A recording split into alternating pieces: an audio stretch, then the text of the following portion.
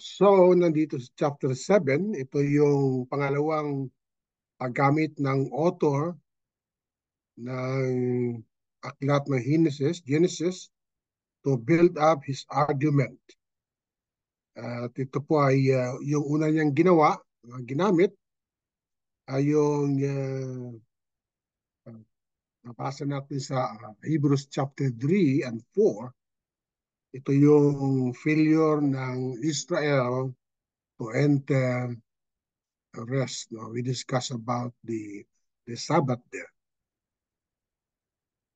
This event was interpreted in the light of Psalms chapter 95. So we know the history of Abraham. And this one is,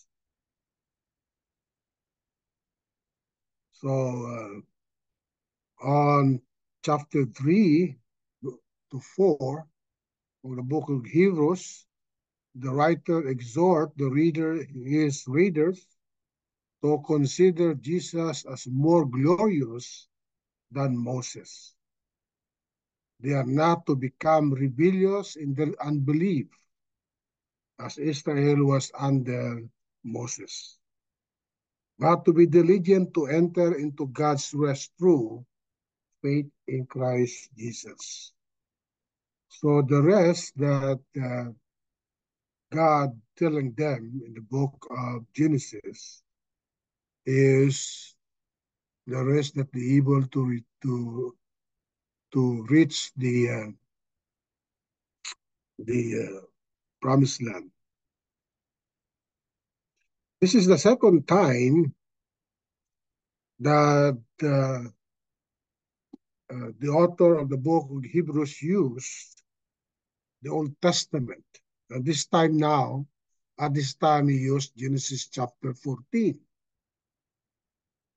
And this is the encounter of Abraham with Melchizedek. So chapter 14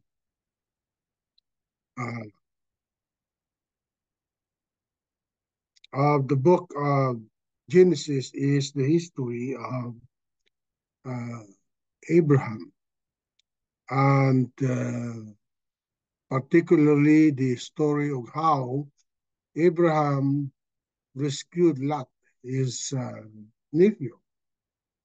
So we know that there is a military war at the Sodom and Gomorrah. So we know that Lot and I don't know if I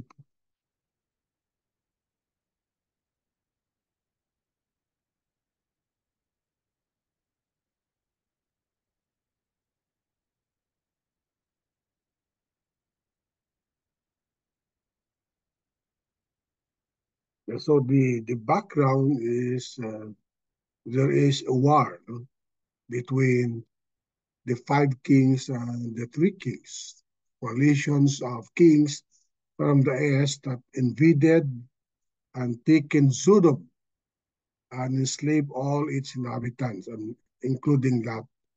So Abraham organized his rescue party. And anyway, to make the story short, as you read at chapter 14 of the book of Genesis,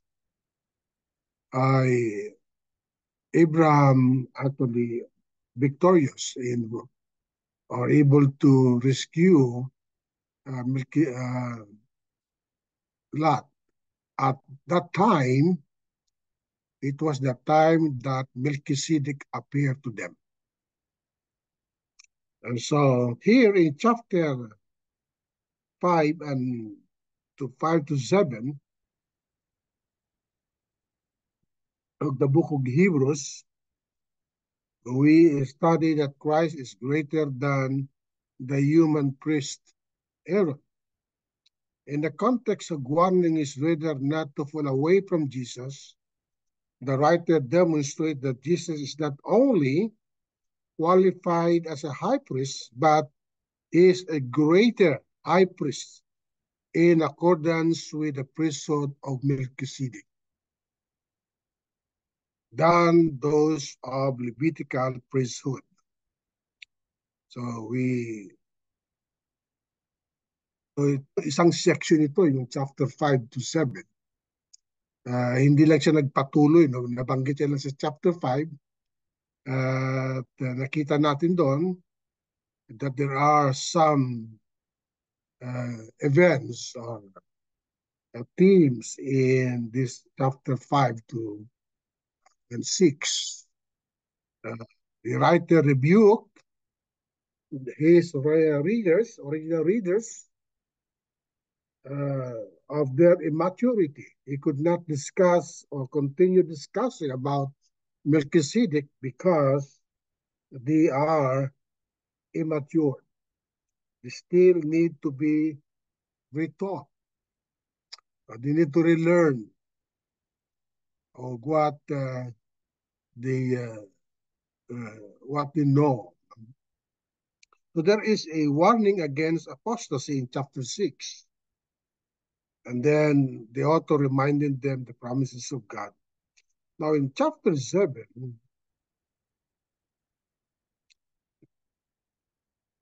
he discussed after telling them, giving them warning, continue studying the words of God, that they need to be a teacher now. He went back to the topic of Melchizedek. And this, the writers again used the book of Psalms 110 and then applied it to his readers. So we need to read chapter 7, 1 to 10. For this Melchizedek, king of Salem, priest of the Most High God, met Abraham returning from the slaughters of the king and blessed him. And him, Abraham, apportioned a 10th part of everything. He is first, by translations of his name, king of righteousness. And then he is also a king of Salem. That is a king of peace. He is without father or mother or genealogy, having neither beginning of days nor end of life, but resembling the Son of God, he continues a priest forever.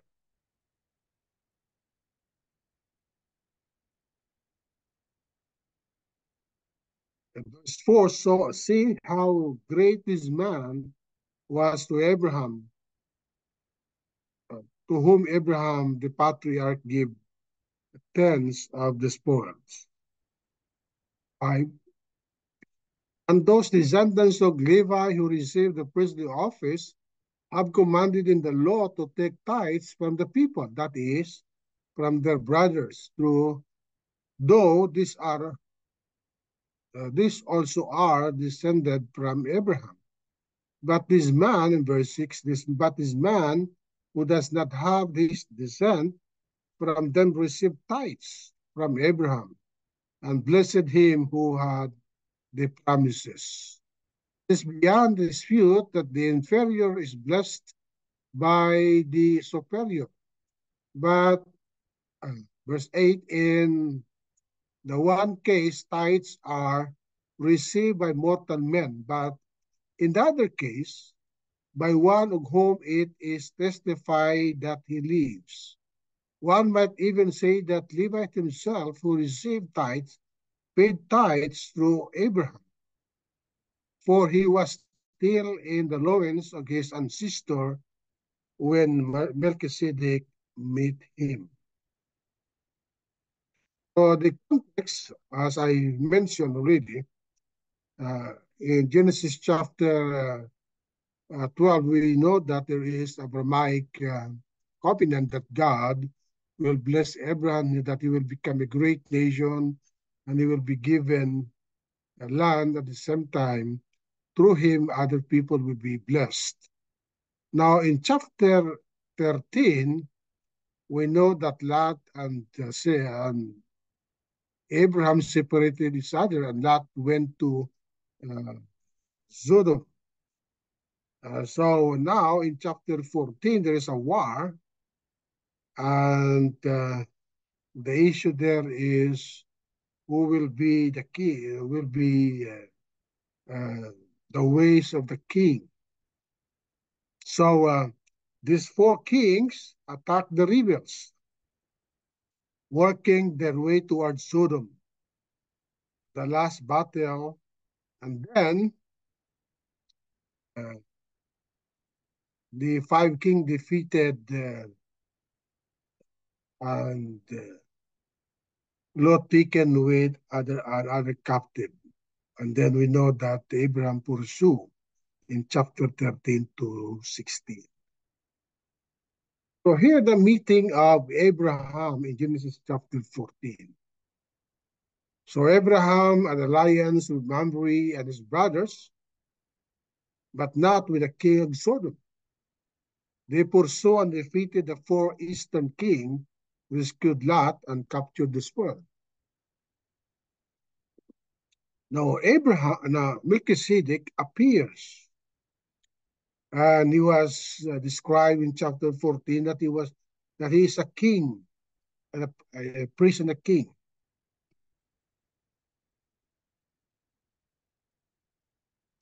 And Abraham gave tithe to him.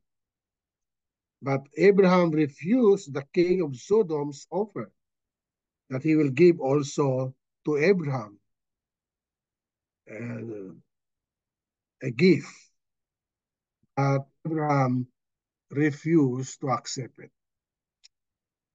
Now, the priest after the orders of Melchizedek is found also in Psalms 100. So, about 1,000 years, there is no mentioning of the name Melchizedek until Psalms chapter 110, verse 4 mention Melchizedek.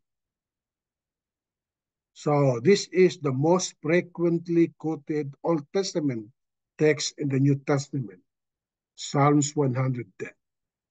Jesus used it in Matthew chapter 22, verses 41 to 45. And this is written by David. So the structures of Psalms 110, the first 1 to 3, verses 1 to 3 is an oracle from God. Then an oath by God. Then the assumption here, the Melchizedek is the prototype of the Messiah. So the points of correspondence and emphasis, one, both are kings and priests. So deity, eternally, Jesus made this point in Matthew chapter 22. So the authors of Hebrews will have to rely on the absence of the statement in Genesis. And the faith of friends and foes are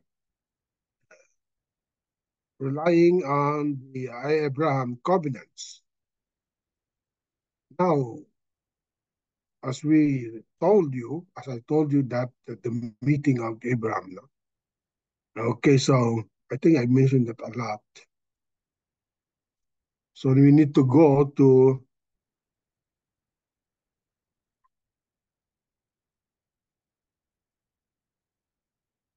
chapter 7, 1 to 3. So who is Melchizedek? 1 to 3. For this Melchizedek, king of Salem, priest of the Most High God, met Abraham.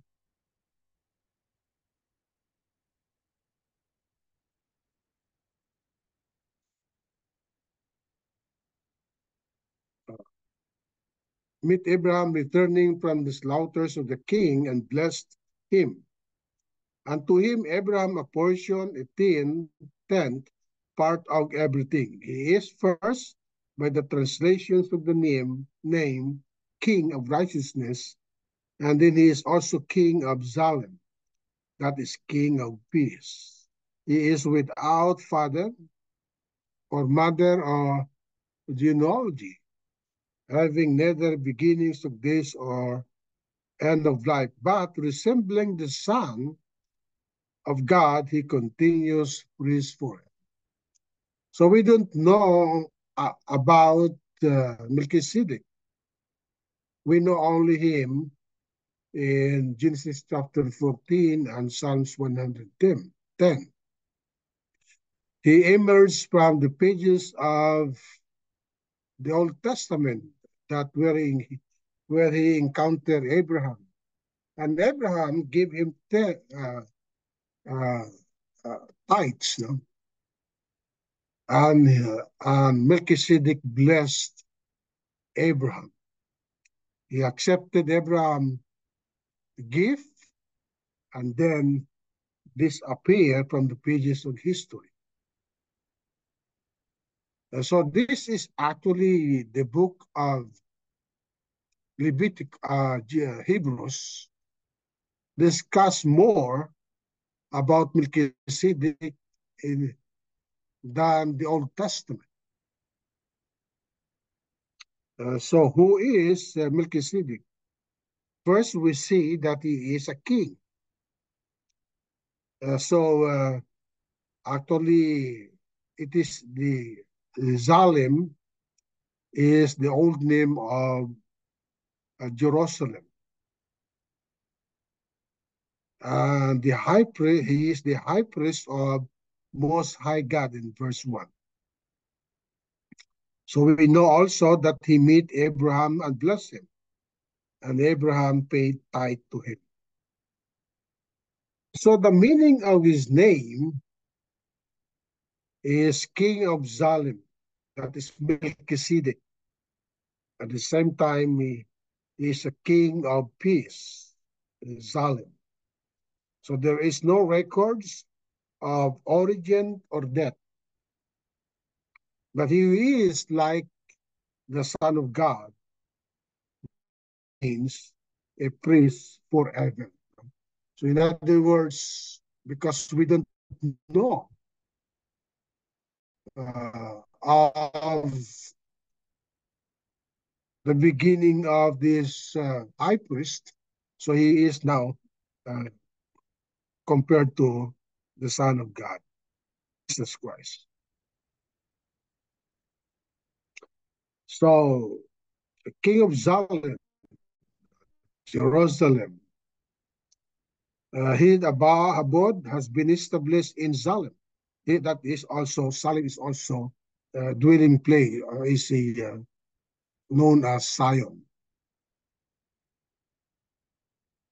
So we know that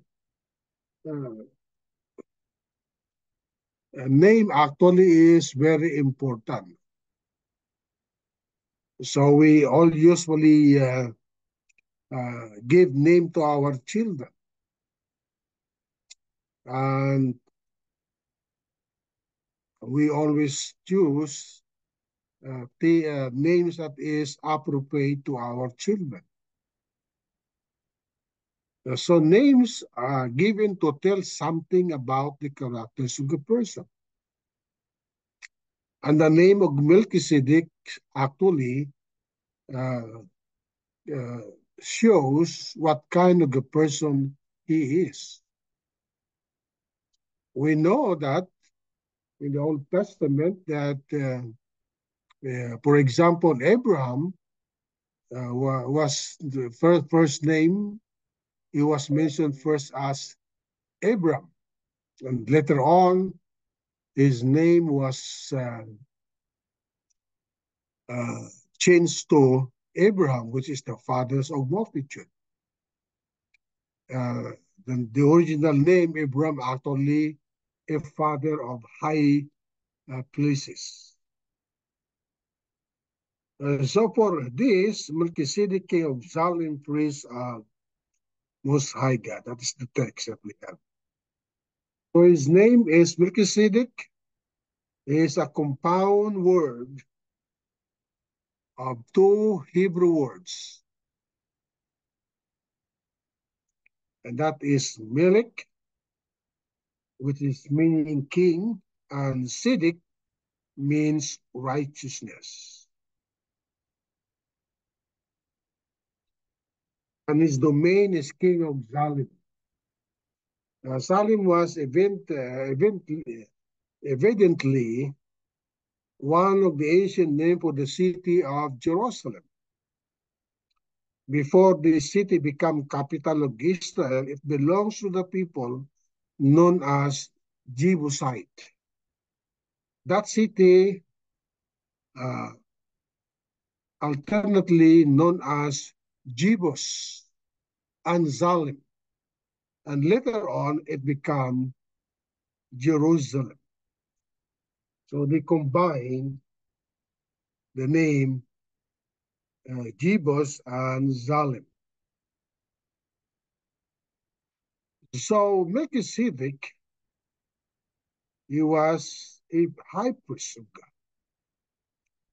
Not only high priest of ordinary people, but he was called the high priest of the Most High God,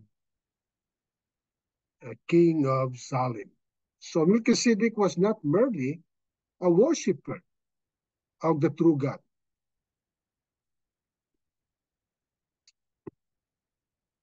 He had honored title priest of the Most High God. The greatness of God magnify the greatness of Melchizedek priesthood.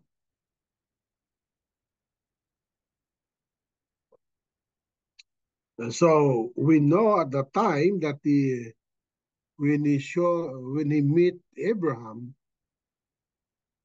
ang kilalang high priest ay Aaronic priest.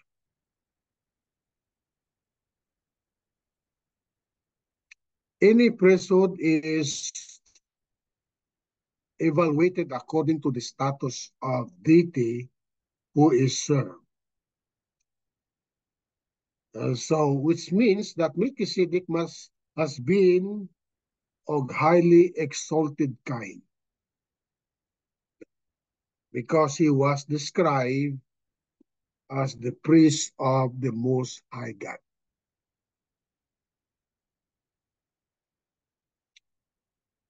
So as we mentioned that he is also king. So the first thing to note, Melchizedek is he is a king and a priest at the same time, which was not allowed in Israel. If you're a king, you just do your job as a king. And if you are a high priest, you need to do your job. You cannot be you cannot be a king at the same time a priest. We know in the history of Israel that uh, a priest or a king who want to be uh,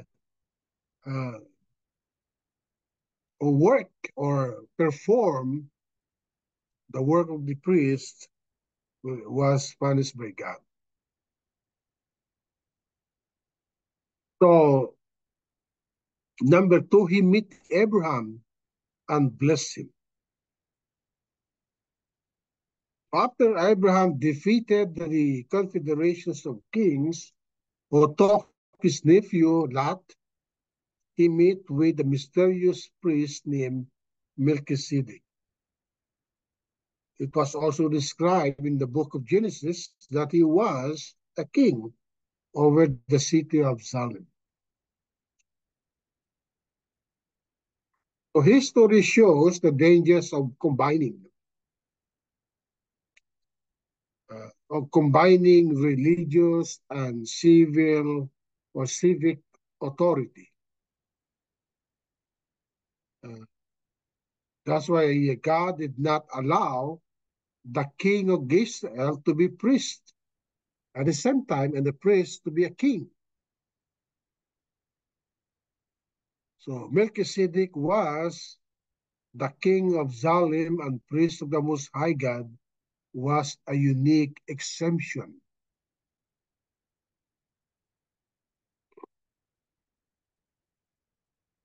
When Abraham met Melchizedek, number 3, he paid a tithe to Melchizedek. So Abraham offered a tithe to him, which shows that the inferior always tithe the superior.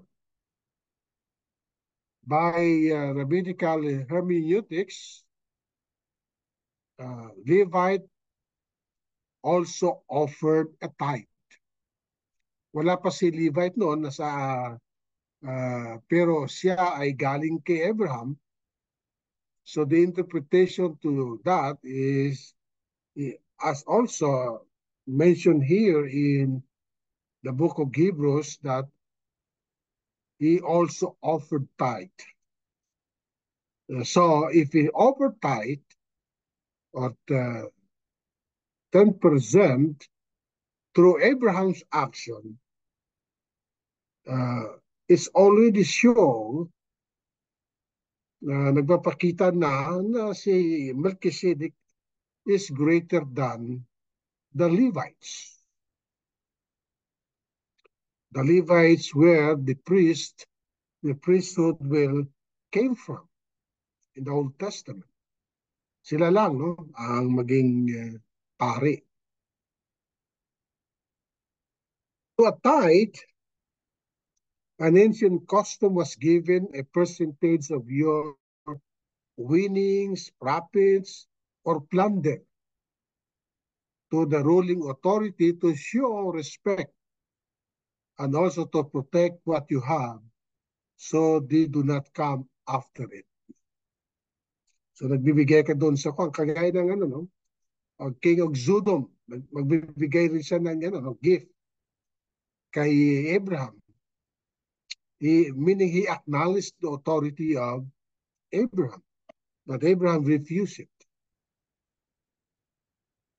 So Genesis chapter 14 is the first occurrence in the Bible for tithe. So the tithing actually was given to Moses later on in Mount Sinai. But here, tithe was already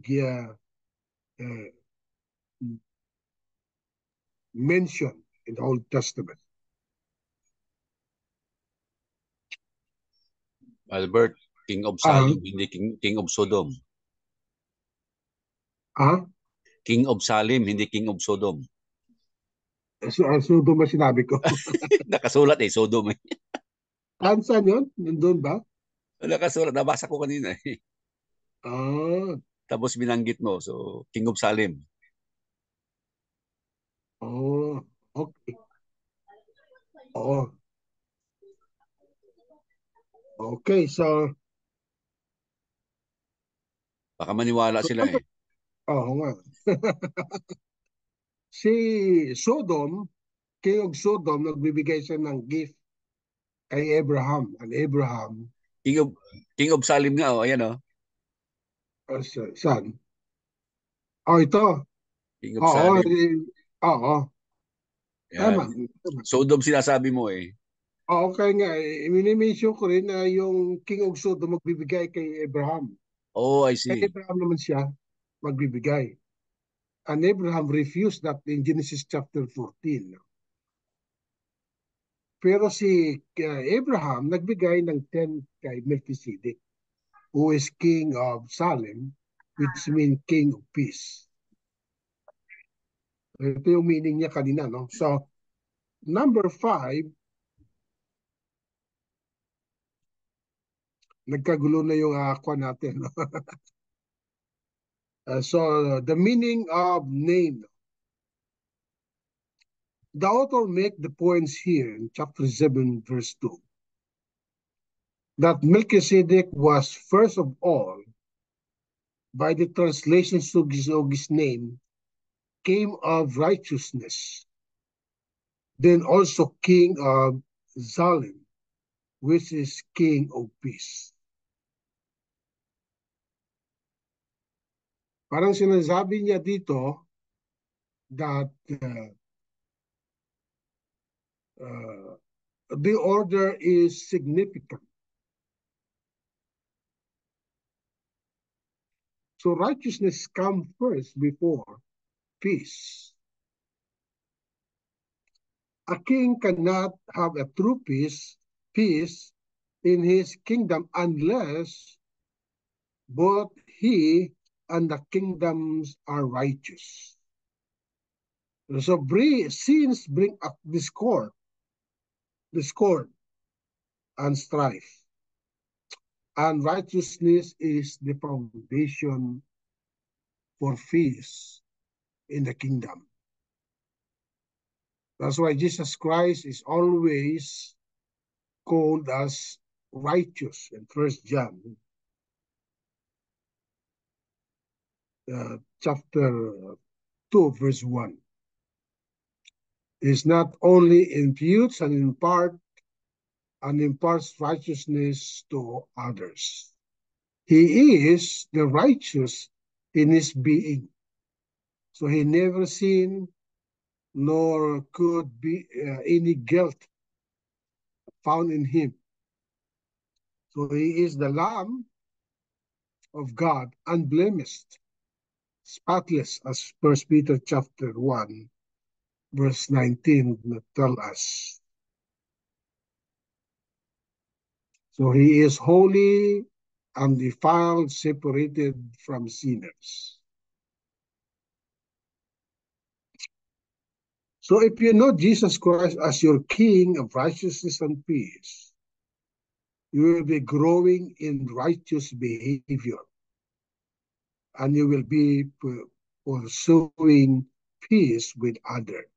Romans chapter 14, verse 17 to 19. That's why Christians are made righteous first, and then we pursue peace.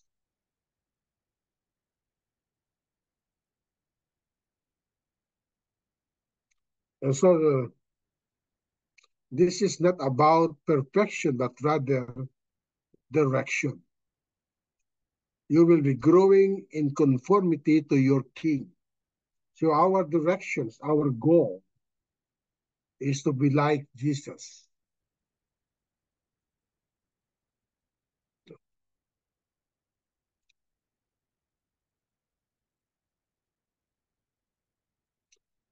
So no records of origins or death.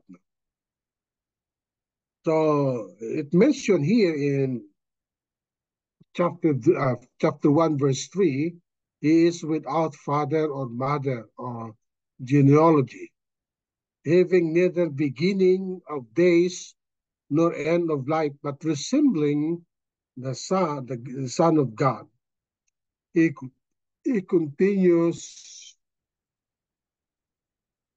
a priest forever.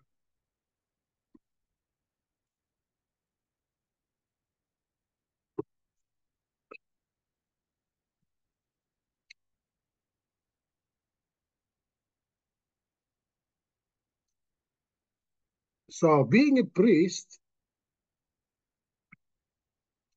in Jerusalem was totally dependent on your family lineage. All priests came from the tribe of Levite in the Old Testament.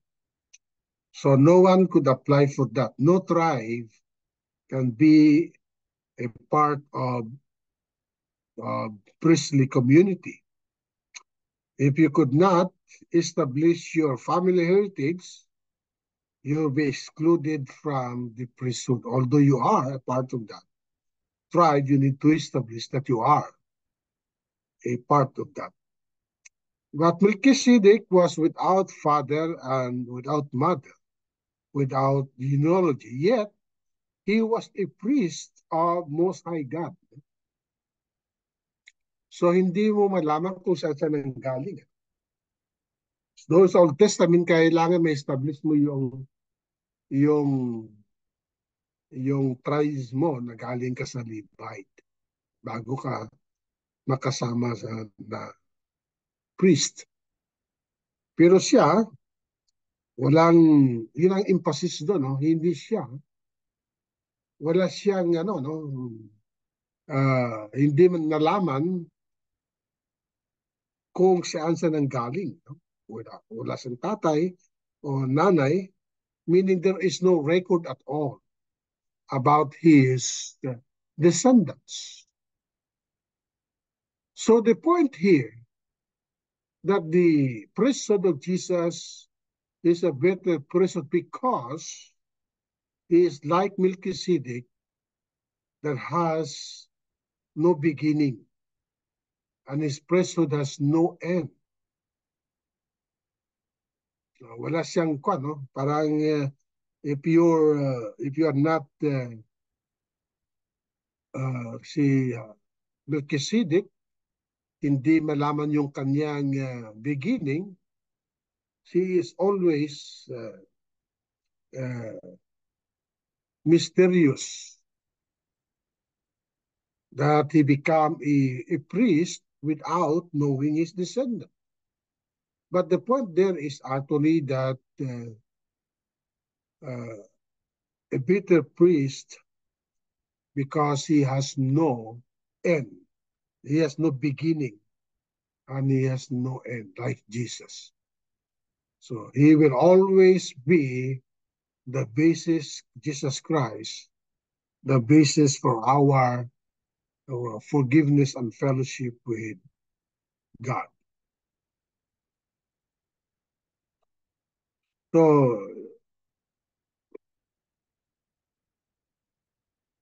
there is nothing said about the genealogy of Melchizedek in the Genesis 14 or anywhere else in the book of Genesis. We know that the book of Genesis actually, they are a book of descendants from Abraham and from Adam. You can see the genealogy. Then there's a lot of genealogy in the book of Genesis, but never mentioned or recorded about the genealogy of Melchizedek. So no records of origins or death. The author of Hebrew is building an argument from the silence of Genesis. That book emphasizes genealogies and numbers of years that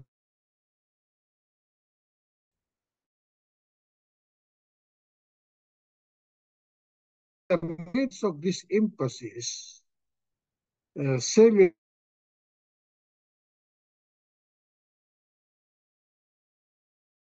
is never mentioned, nor does Genesis say about the length of his life or his death. So it's completely silent. The author is saying that the Holy Spirit deliberately omitted these facts from the book of Genesis that emphasizes such emphasis of genealogy, the importance of genealogy. So the authors, in order to make, he's saying that in order to make Melchizedek an appropriate type of Jesus Christ, that's why it is omitted. So that to show that Melchizedek is an appropriate type of Jesus. That is why he said that Melchizedek was made like the Son of God, rather than Jesus was made like Melchizedek.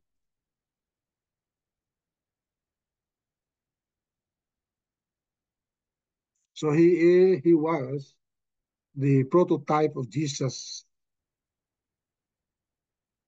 in two aspects. He is a king and a priest. And Jesus Christ is in thing. He is a king, at the same time, our high priest. And number two, that the comparison between Melchizedek or the prototype of Melchizedek is that both of them are characterized as righteous and peace.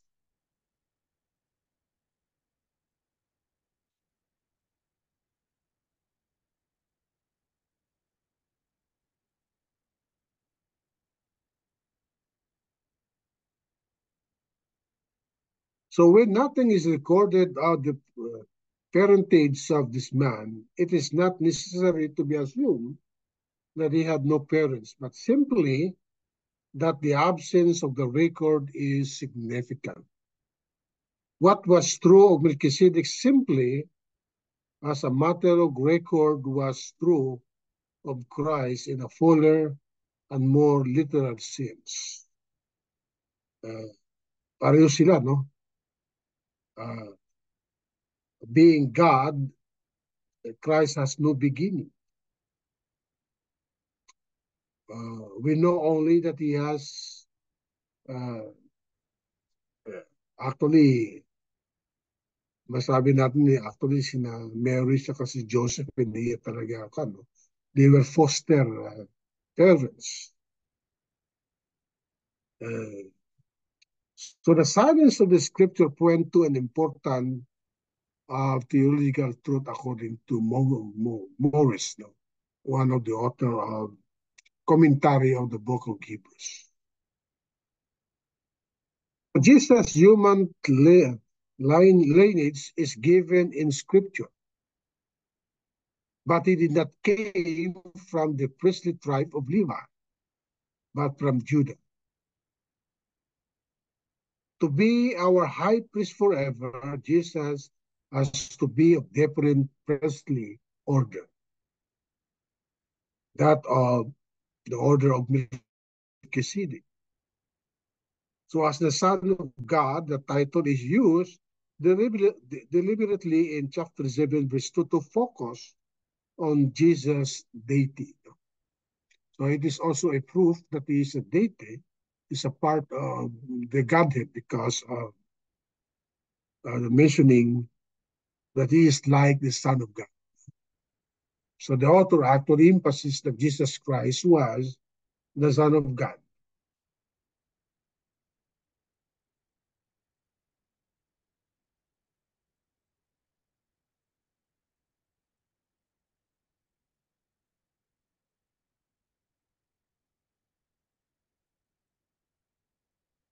So Jesus has no human lineage and thus fulfilled the type of Melchizedek as reported in Genesis. Also, the Levitical priest died and had to be replaced. But Jesus lived on his high priesthood forever. So both in the derivations and the durations of his priesthood, Melchizedek is a type of Jesus Christ. So both of them as per records, Melchizedek has no end also. He live forever because there is no record of the assumption. The same also with Christ. He lived forever, and he is now in the throne of God. So like the Son of God, so he remained a priest perpetually. Then Moses did not record Melchizedek's death. The writer could say that he continued as a priest forever, perpetually, which is another respect in which he was like Jesus Christ. It is remarkable that the record of Melchizedek in the book of Genesis, which is full of genealogies, the genealogies of Melchizedek is absent, nowhere to found. So the point here, the priesthood of Jesus is better priesthood because he never had beginning and his priesthood had no end. He is always be our high priest. He will always be the basis for our forgiveness and our fellowship with God.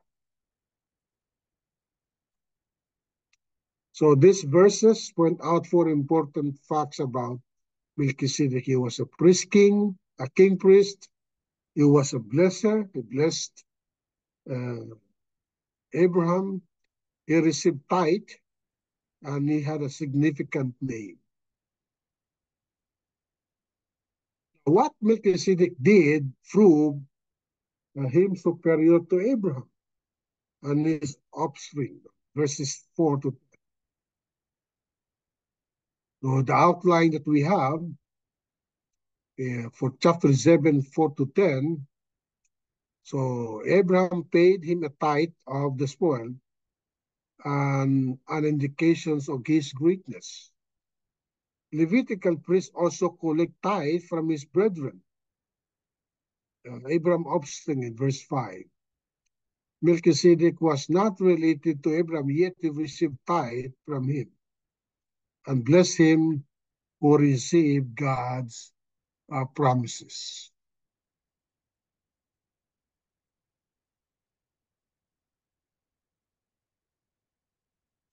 So Melchizedek who blessed is greater than Abraham who was blessed.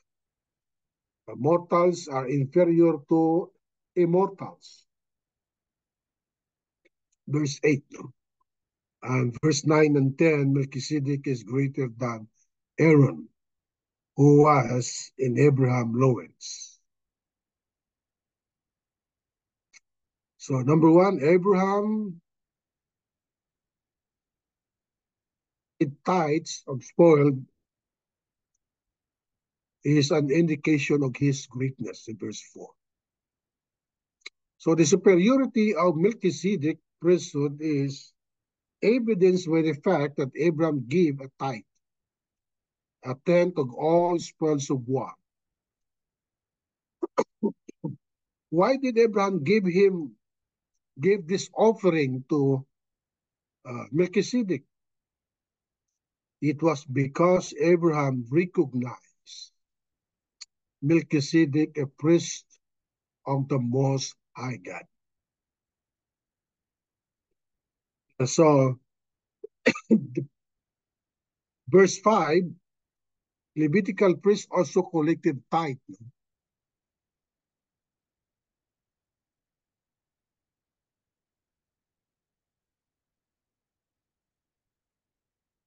To Leviticus priests also collect tithe from their brethren. So we know in the Old Testament, yung mga Levites, hindi sila binigyan ng lupa. So wala silang kabuhayan. So the 11 tribes give tenth. So lahat yung 10% na binibigay nila yan sa Levites. So kung titingnan mo, 11. So mas marami silang natanggap. Actually, 11 per, sampung, 11 na 10th. Ano yun? Magkano yun? 110%, no?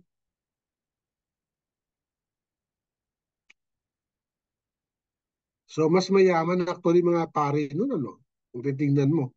In other words, the principle there is that they are supported by their brethren.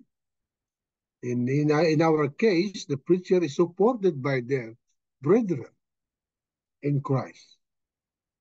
So in verse 5, and those descendants of Levi who receive priestly office have commanded in the law to take tithes from the people, that is, from their brothers, though these also are descendants from Abraham.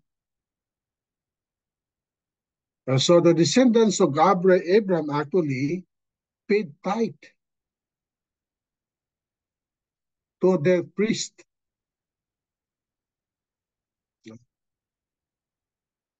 The son of Levite. But Abraham himself paid tithes to Melchizedek in this case here. Because the whole tribes of Levi was generally in the loins of Abraham, when he did this, when he gave tithes to Melchizedek, we see in the Old Testament that the priesthood paying tithes to the priesthood of Melchizedek. They show that Melchizedek is in the positions of authority over Abraham and his descendants. So the proof that Melchizedek is superior to Abraham because Abraham gave him 10%. The principle that the lesser give to the greater. So the greater people typically bless lesser people. So nagbigay si Abraham ng 10%, si Melchizedek naman, he blessed him, which show that he is superior than Abraham because he blessed him.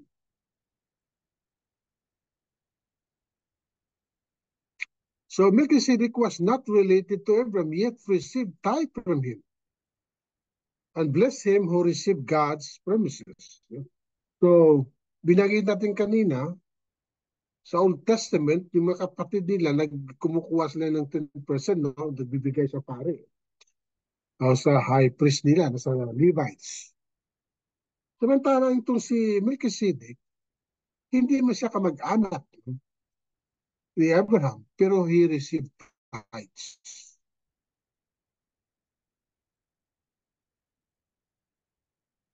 So Abraham was special to the Jews. No? He was a patriarch, literally the first father. Abraham, the fathers of the Jewish nation, was blessed by Melchizedek and responded to that blessing by giving to him the tithes of all the spoil. So the Levite received tithes from the people, from their brothers. And that is right, only the Levites enjoy. Melchizedek received tithes from Abraham, but he was not a member of the tribes of Levi. The Levite tithe their brother Israel, but Melchizedek was not an Israelite. So that is how the superiority of Melchizedek, although he is not supposed to receive tithe because he is not a member of Levite, yet he received tithe from Abraham, recognizing that he is superior. Melchizedek was not related to Abraham, yet received tithe. The writer was really contrasting Aaron and Melchizedek more than Abraham and Melchizedek in this section. Meaning, the priesthood of Melchizedek is superior than Aaron because he is not a part of tribe, but yet he received tithe from Abraham. So the son of Levite Melchizedek, so descendant of Aaron is the Levites. No? So meron siyang pinanggalingan si Aaron. No? He is from the tribe of Levi. But Melchizedek has no uh, mentioning of his parents. He is the Levite, a priest of God. Si Melchizedek is also priest of God. So the Levite received tithes of the descendants of Abraham. He received tithes from Abraham. So the Israelites were commanded to give tithes. Abraham voluntarily gave a tithes. No? So hindi pwedeng sabihin ng mga Sabadista na yung 10% ginawa doon sa Old Testament, no? Kaya sila pumupunta sila doon, no? To prove that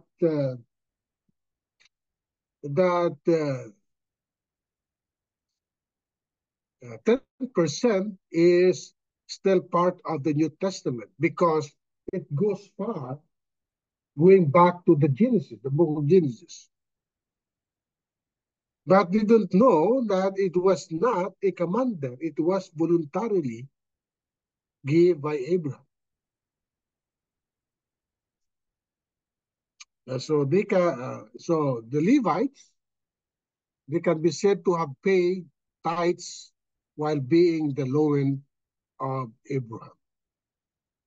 So it's proved that they are uh, uh, inferior to Melchizedek because they give tithe to Melchizedek through their father, Abraham. Melchizedek, he never paid tithe to anyone. So there is no record that he gave tithe.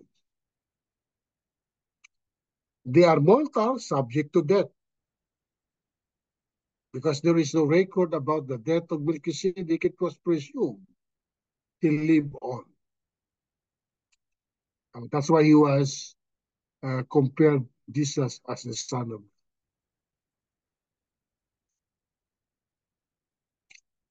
So Melchizedek, who blessed, verse 7, is greater than Abraham, who was blessed. So it is beyond dispute that the inferior is blessed by the superior. That's proof that the Melchizedek is superior than Levites.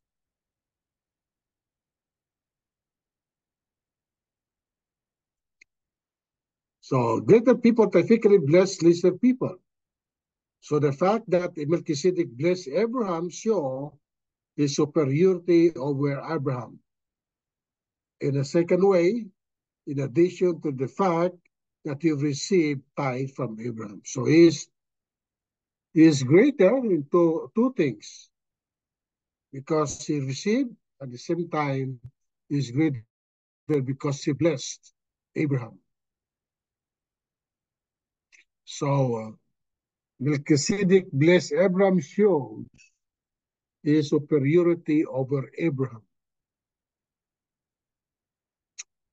Verse 8, I don't know, still 7. This is the principle of the lesser is blessed by the greater. The point is Melchizedek is greater than Abraham, and Abraham is greater than Levi. Bakit? Kasi nanggaling sila kay Abraham. Don't misunderstood. Wala pa yung 12 tribes dito, no? Pero sinasabi ng book of the writers of the book of Hebrews, the true father, they give tithe to Melchizedek. They came from Abraham. Mortals are inferior to immortals in verse 8. Here, mortal means receive tithe, but there he received them, of whom it is a witness that he lived. Hebrews chapter 8, chapter 7, verse 8. Sa God's Word translation, priests receive tenth of everything but they die. Melchizedek received a tenth of everything, but we are told that he lives. So yun ang yung meaning ng mortal. No? Mortals are inferior to immortal. So hindi mo na kailangan actually komentary. No? Ako ginagawa ko yan. No? Pag hindi ko maintindihan, doon ako bumabasa sa ibang translation. No? So yung translation ng God's Word translation. The priest received tenth of everything. So yung mortal man dito, referring to the priest. At yung immortal is referring to Melchizedek because of the absence of his death, the writer presumed that he lives. The son of Levi to receive tithes from their brethren died. But Melchizedek who received tithes from Abraham lived on. Melchizedek was immortal, lived on. Ibig sabihin ng immortal. As far as the specific revelation of the scriptural states. In contrast, Moses wrote that Abraham, Levite, the tribe of Levi, and the Aaronic priest, who were all mortal men, died. Pero there is no record about the Melchizedek died. That's why he lived on. Melchizedek is greater than Aaron, who was in Abraham loin. So even Levi, who received tithe, paid tithe to Abraham, so to speak, for he was still in the loin of his father when Melchizedek met him. In a sense, even Levi himself paid tithe to Melchizedek, since he was still in the loin of Abraham, his forefather. So we know that the 12 tribes came from their forefather Abraham. So when Abraham paid tithe to Melchizedek, the book of Hebrews explained that, in a sense, the Levite also gave tithe to Melchizedek. So in ancient Near Eastern view of things, my mindset, view,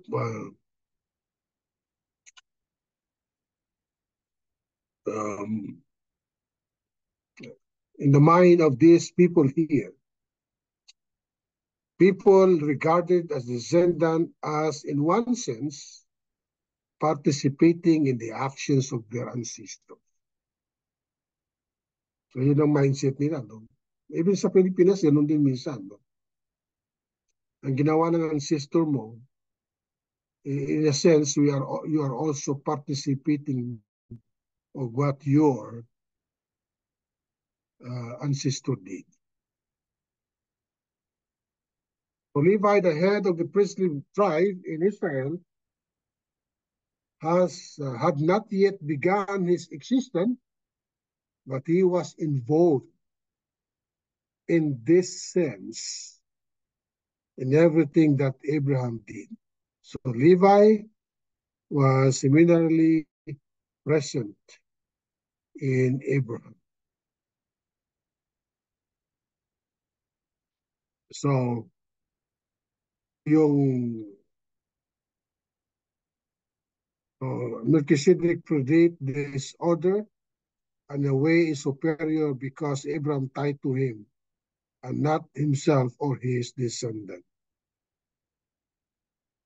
So the descendant of Abraham paid tithe to their priest and the son of Levite, but Abraham himself paid tithe to Melchizedek. Yun na.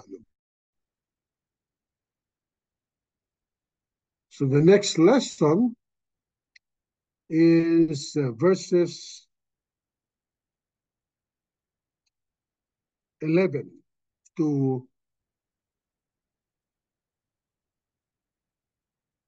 19.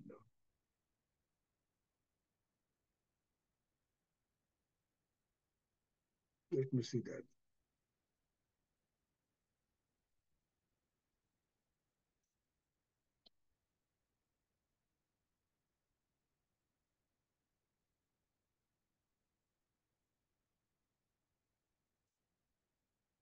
So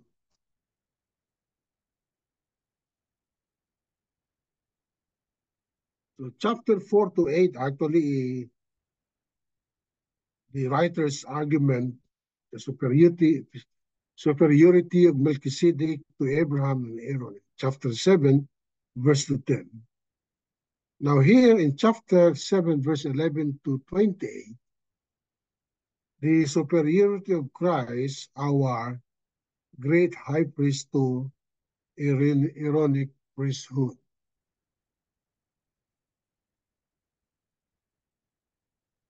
So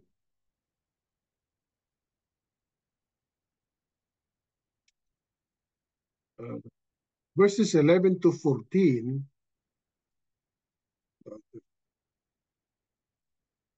hindi ko pa nilagay dito. So, the law and the Levitical priesthoods were inferior because they could not make anyone perfect.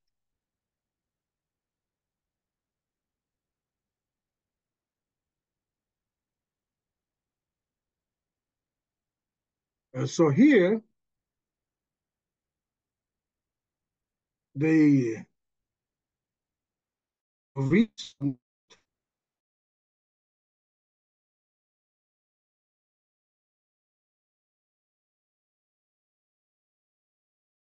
if the Levitical priesthood has been perfect.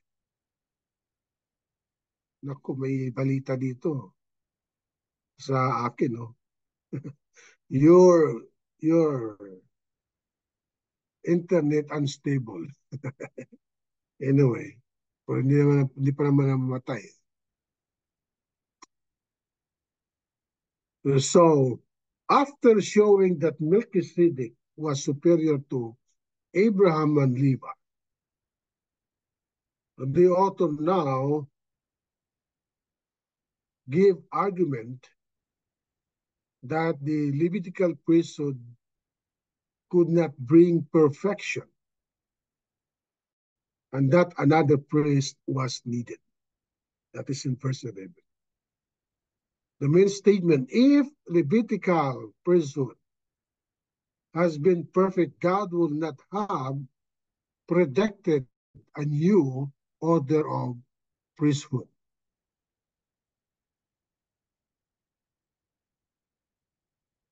And so, number 2 argument, in verses 11 to 14, there are 3 arguments here. New priest, new law. So, the law and the priesthood are linked, so that when the priesthood changed, the law had to change. Verse 2. 13 and 14,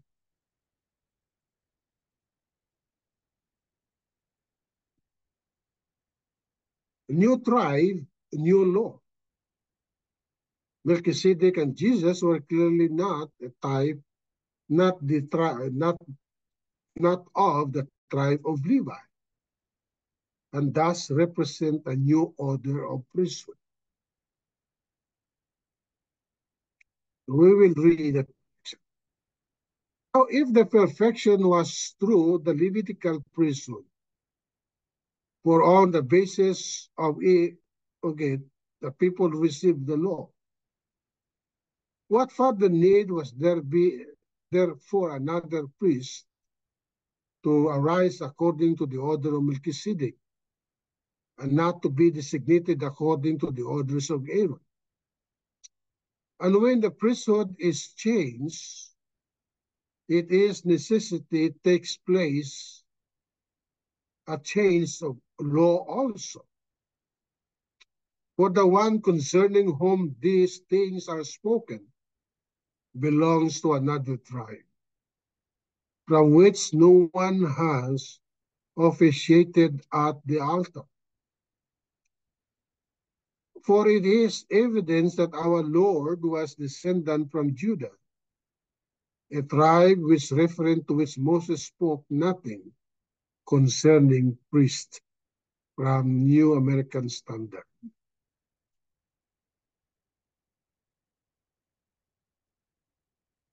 So the argument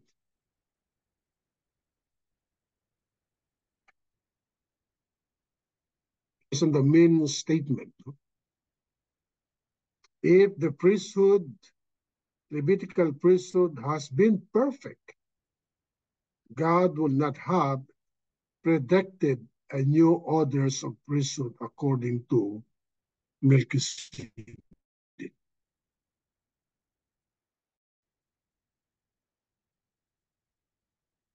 So the author present an argument here.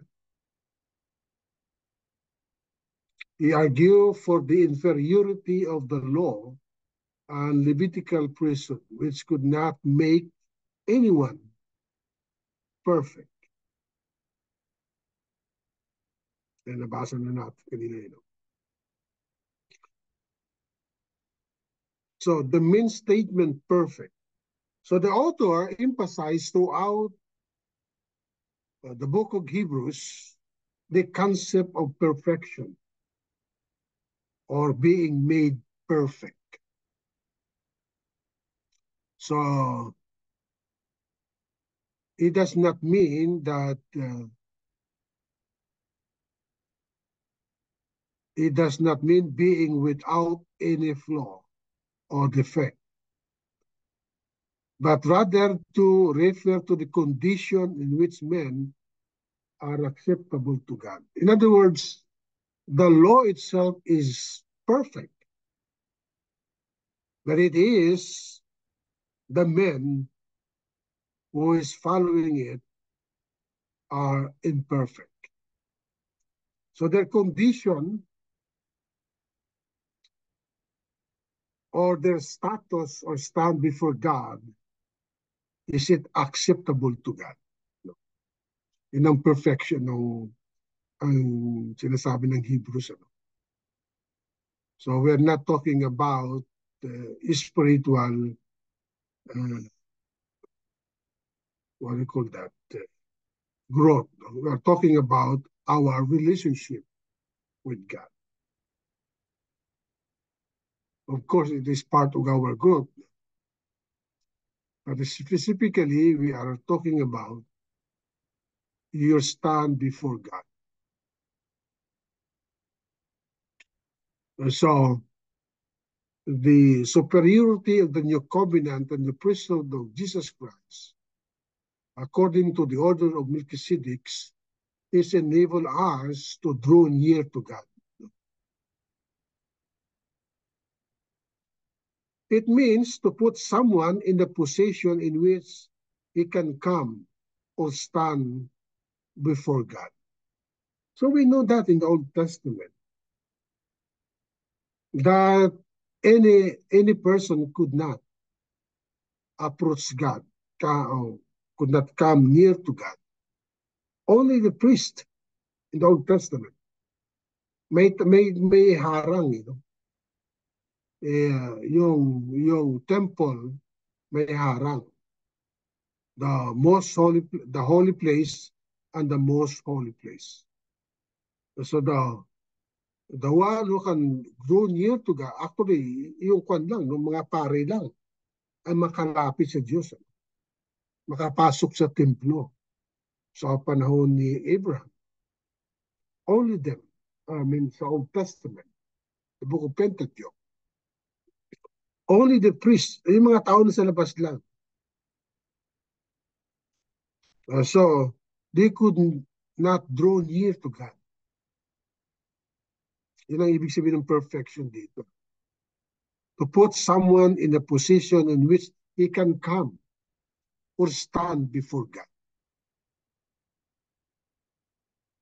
The author repeatedly state that the law was unable to accomplish this. For example, as mentioned also in the book of Hebrews, chapter 7, verse 11, chapter 19, chapter 9, verse 9, and chapter 10, verse 1.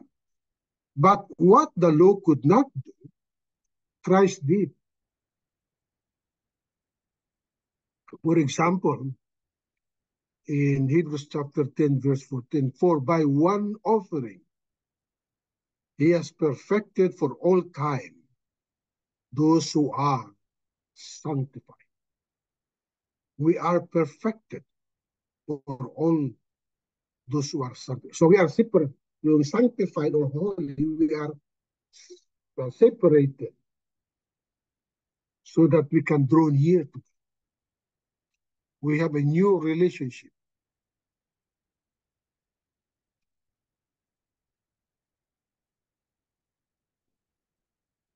Number 2 argument, new priest, new law.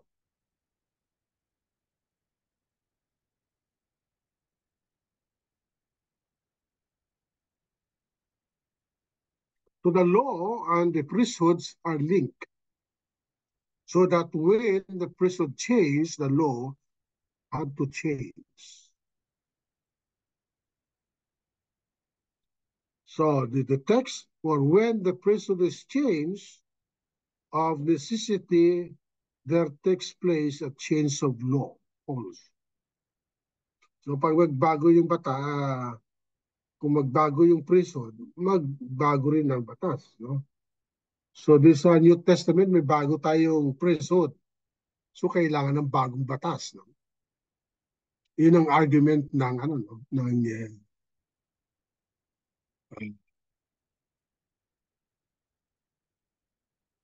ng author.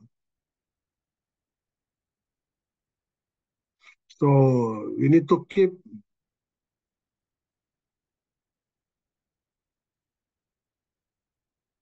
marami akong nilaktawan.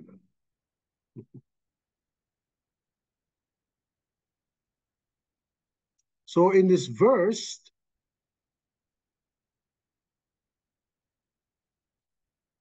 the author shows the radical implications of the change in the priesthood. There is a necessity also demands a change in the law.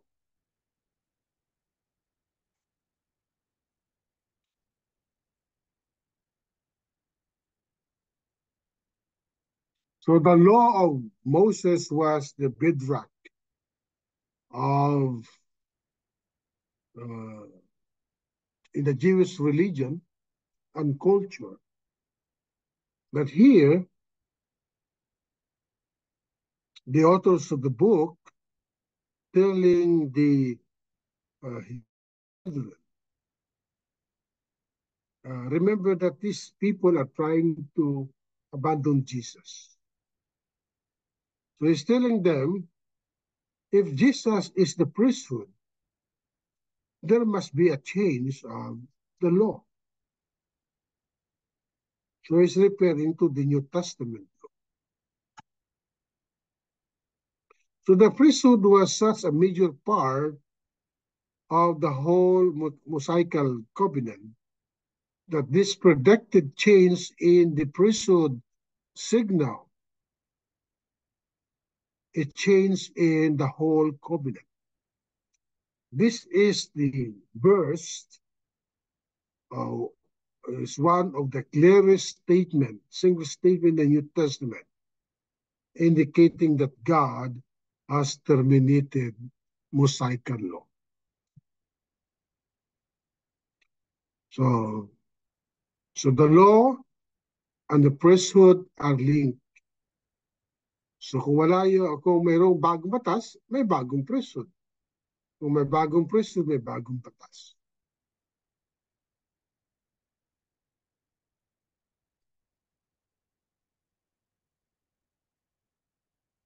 So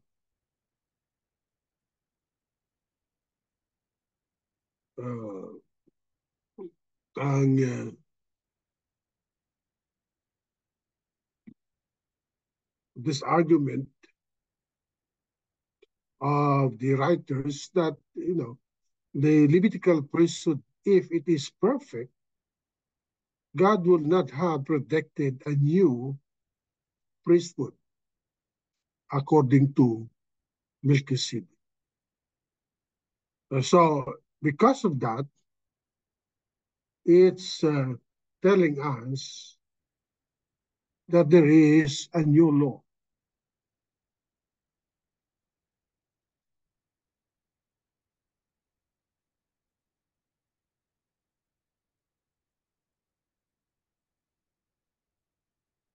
So Paul went to say in his epistle,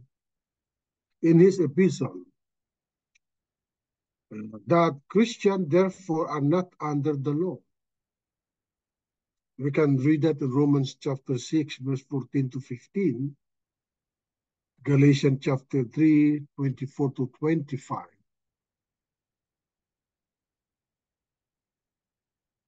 And chapter 5, verse 1, chapter 6, verse 2, Galatians, 2 Corinthians chapter 3, verse 17 to 11. That the Mosaical covenant is not what God given to regulate the lives of Christians. So we are no longer under the law of Moses, but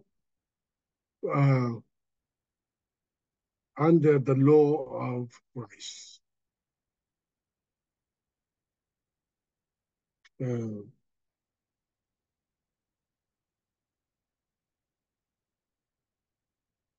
So sa view ng mga Hudyo, the law is as a unified, as unity. So you cannot separate various categories. In other words, your life, your civil, actually sa kanila civil law nila ay based doon sa Ten Commandments, sa law of Moses. So here, the writers of the book of Hebrews is telling those who are trying to abandon the Lord Jesus Christ that Jesus Christ is superior because of his priesthood. If he is recognized as the high priest, not of Levitical tribe, then there need to be a change of law. Parang sa atin, sa Pilipinas. Nung nagbago yung Constitution, 1935 Constitution, binago yung 1972, 1970, yung nabago 1972. So, from presidente, yung executive dati ay presidente, hanggang ngayon. But there was a time that it was changed to prime minister. So, nung binago yung prime minister, yung later prime minister, meron yung prime minister si Berata, nagbago yung batas. Binago yung batas. In other words, hindi tayo hindi na presidential type of government, that parliamentary form of government na. So nagbago yung batas. Ganun din dito, no? Just a simple illustrations of that. So new tribe, new law. So Melchizedek and Jesus are clearly not of the tribe of Levi, and thus represent a new order of priesthood.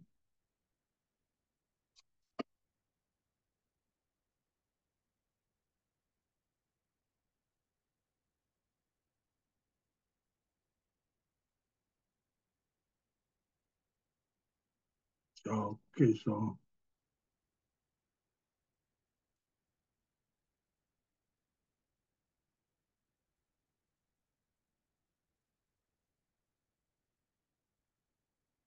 wala.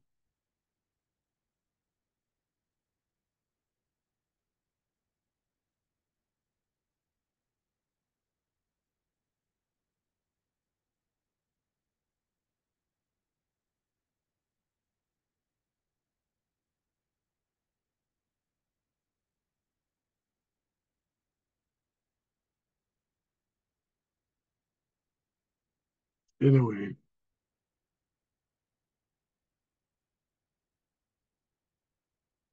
verse 13 and 14,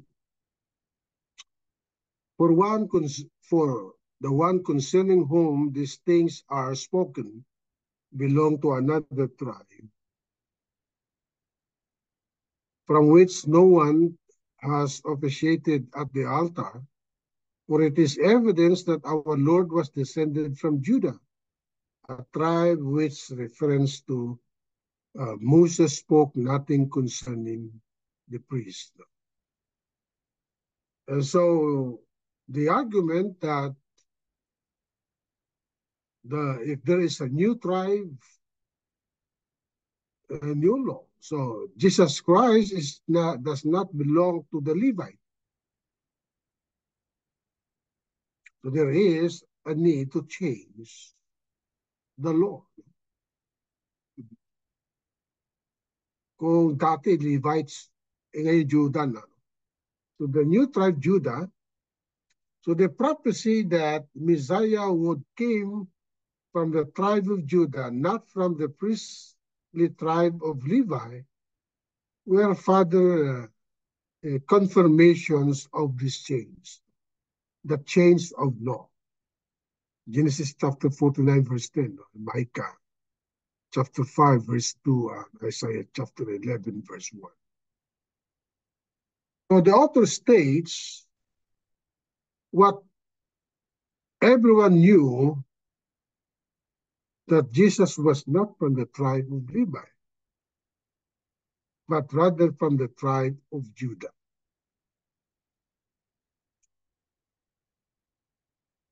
For a new order of priest to be installed, he must came from a different tribe than Aaron.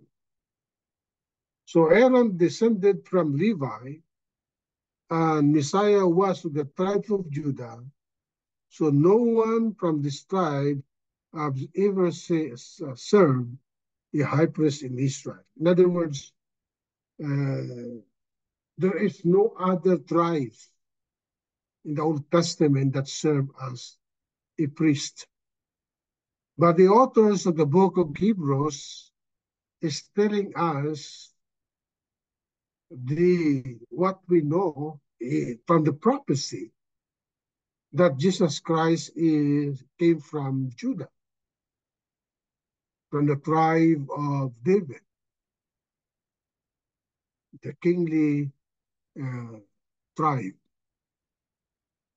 And so if he came from the tribe, and he is declared as a high priest by the writers of the book of Hebrews, then there must be a new law. So if there is a new tribe, according to Judah, the tribe of Jesus, then there must be a new law to follow. Nakikita natin dito, no? Yung argument that there is always a change. So he is telling the Hebrew brethren that there is a change of law. How can you go back to a law that is no longer existing? If our high priest Jesus Christ was not a descendant of Aaron, then what was it that qualified him to be the high priest at all? He was not the priest after the order of Aaron, but the priest after the orders of Melchizedek. So if we follow the Old Testament, Jesus Christ is not, or he will be disqualified. He could not be a high priest. So because he is the orders of Melchizedek, there is a change of law. So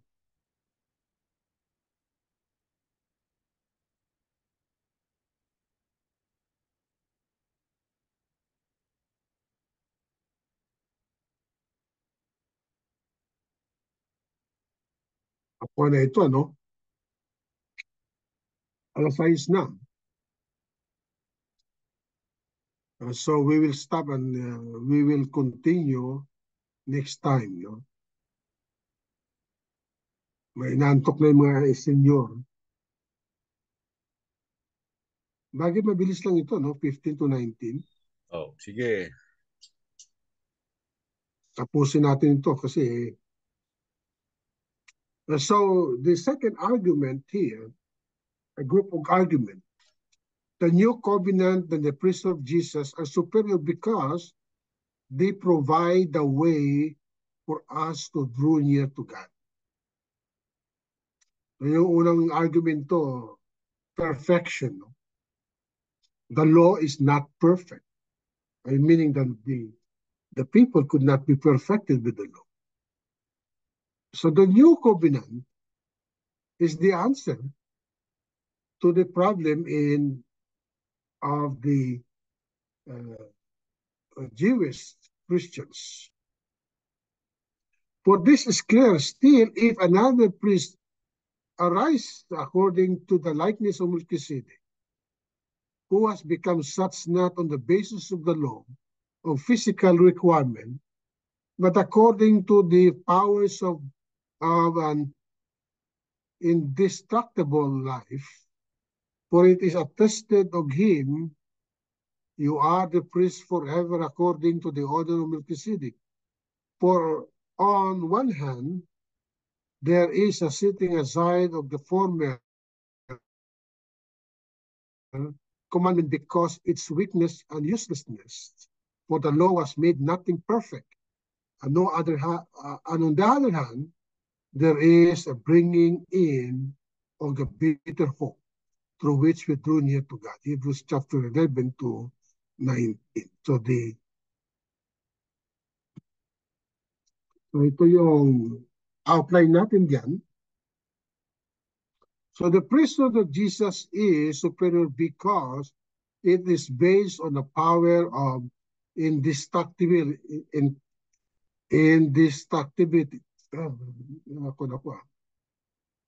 Life in chapter 7, verse 15 to 17.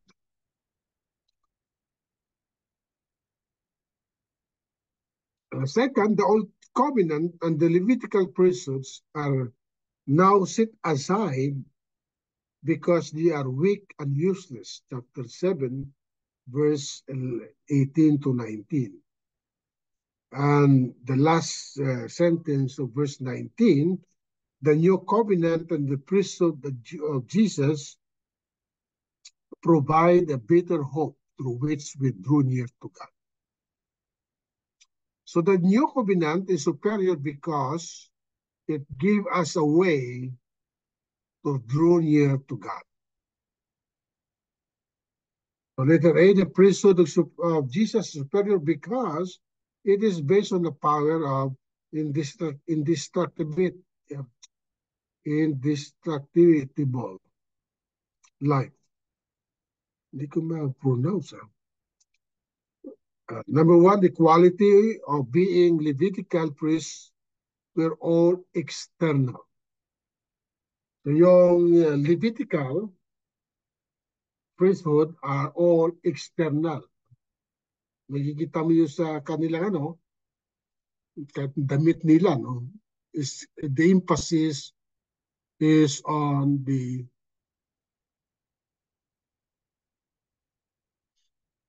emphasis on the clothes. So the emphasis here, they were chosen strictly by their physical lineage, along with being free from the number of physical defects. So, dapat perfecto rin sila, no? No defect even in the sacrifices. The ceremony for ordaining them were also external, involving clothing them with priestly garment, purifying them with water and with offering and other things, as mentioned in Exodus chapter 29. So, more on external yung high priest in the Old Testament.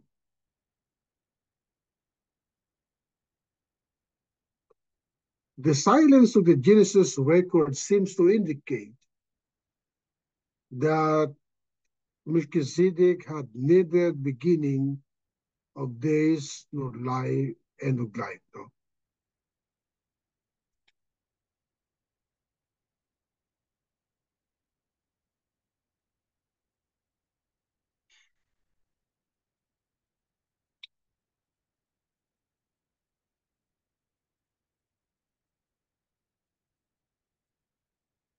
So this is a proof that there need a change of priesthood, because the priesthood in the new covenant is will live forever. Ito yung sinasabi natin sa verse 7 and 3. No? That the silence of the Genesis record seems to indicate that Melchizedek had neither beginning nor end of life, meaning he lived forever, perpetual. Now, the same thing with Jesus Christ. No? When he resurrected, he lived forever. So, in other words, Melchizedek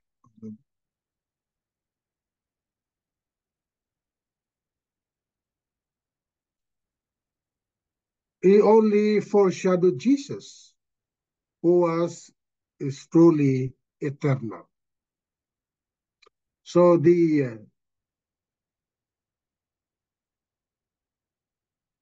priesthood of Melchizedek is about internal, compared to the priesthood of Levitical, they are external. But because Melchizedek is foreshadowed Jesus, his priesthood is eternal. The same thing with Jesus Christ, who is truly is eternal. John chapter 1 verse 14 says, in him was life. So he is himself is the source of life. So he lived forever.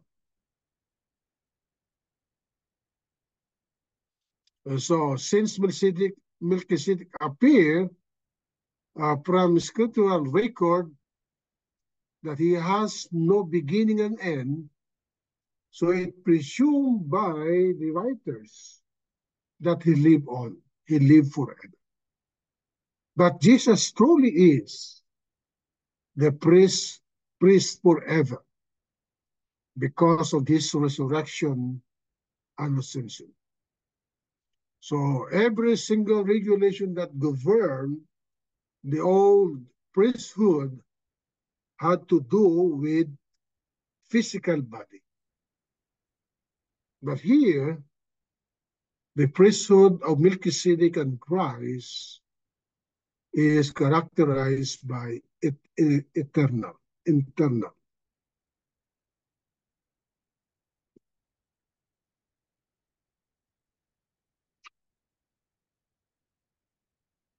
So although he died for our sin, the grave could not hold him. He is risen and live as our forever priest.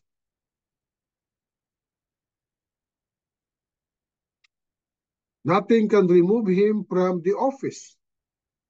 So, as long as he's there in heaven for us, which is forever, we have access to God through him. So the Old Testament priesthood, they cannot allow any other people inside the holy place or the holy place. But Jesus Christ, because of him who is at the throne of God, we can draw near to God. We have access. In the Old Testament, they offered their sacrifice to the priest. Now we offer ourselves to God directly. We can pray to God directly because we have access. And that is how the superiority of the priesthood of Christ is telling us. Because he gave us a way to draw near to God. We can pray directly. No? We can praise God directly. Verse 18, for on the other hand, there is a setting aside of the former commandment because of its weakness and uselessness. That is in verse 11 to 19. So the old covenant and the Levitical priesthood are now set aside. So this verses summarize the argument that God superseded the Levitical priesthood and the Levitical priesthood and the Mosaical law. He has replaced the old system with a better one, a new system that can do what the old could not do. Setting aside is a legal term that means to annul. The weakness and the uselessness of the law was not inherent in the law itself. Paul explained this in Romans chapter 7, verse 12. The law is holy. The commandment is holy and righteous and good. Rather than the problem actually was in the weakness of the sinful flesh that could not keep the law. So the weakness of the law is that the people could not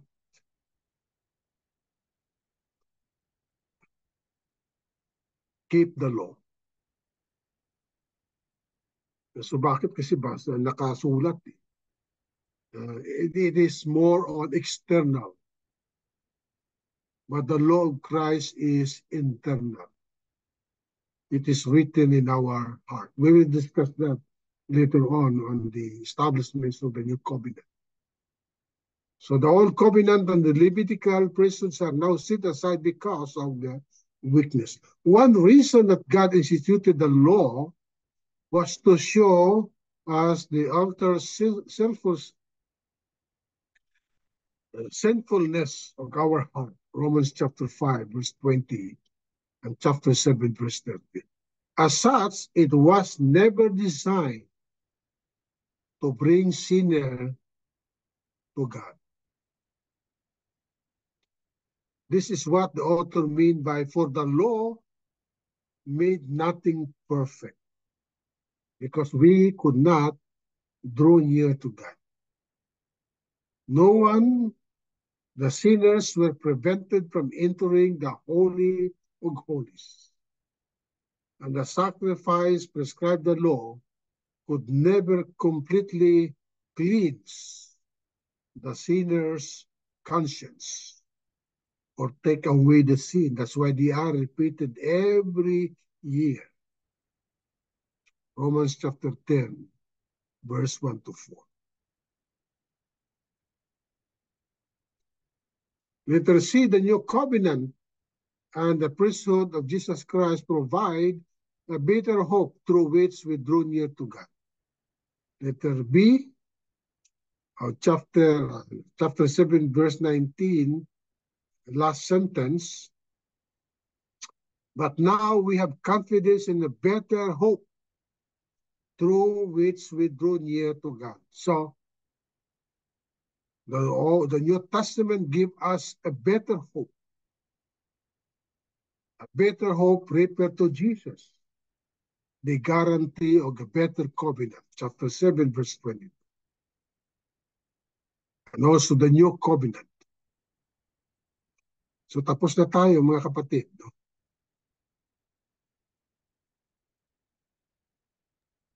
Okay. Wala na ito, malalaki na ito, para-para lang ito. No? Kasi itong ginawa ko noon, kaya inulit ko na naman eh.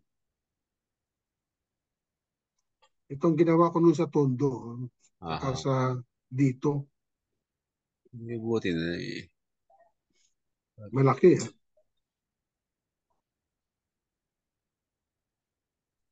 Pero may mga versikulo yun, malaki. Oo.